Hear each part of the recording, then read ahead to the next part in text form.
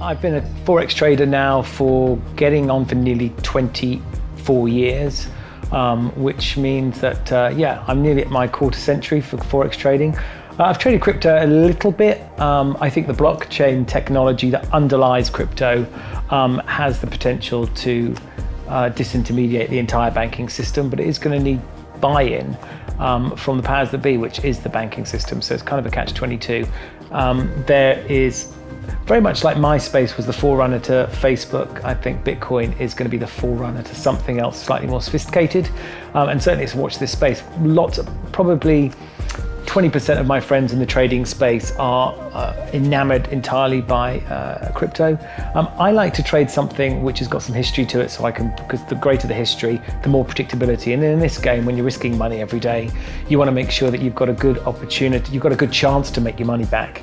Crypto, as we've seen the volatility swings in Bitcoin from, the heights of $19,000 all the way down to the lows of $4,500, $5,000. Lots of people lost a lot of money.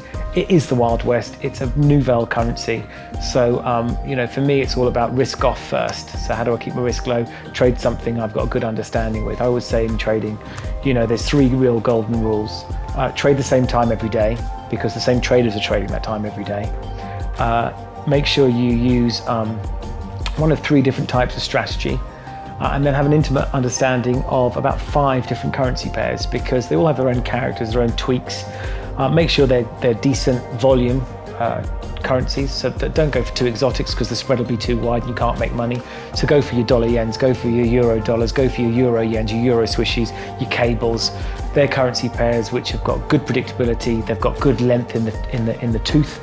And if you trade them at the same time every day, they tend to form the same pattern. So it's kind of a 5-3-1 rule, right? Same time of day as your one, 5 different currency pairs, and then 3 different strategies. And you want 3 different strategies, like 3 different kind of arrows in your bow sack, because there are effectively 3 separate market conditions. You want to make sure you've got something which is applicable to that market condition. That's my simple rule.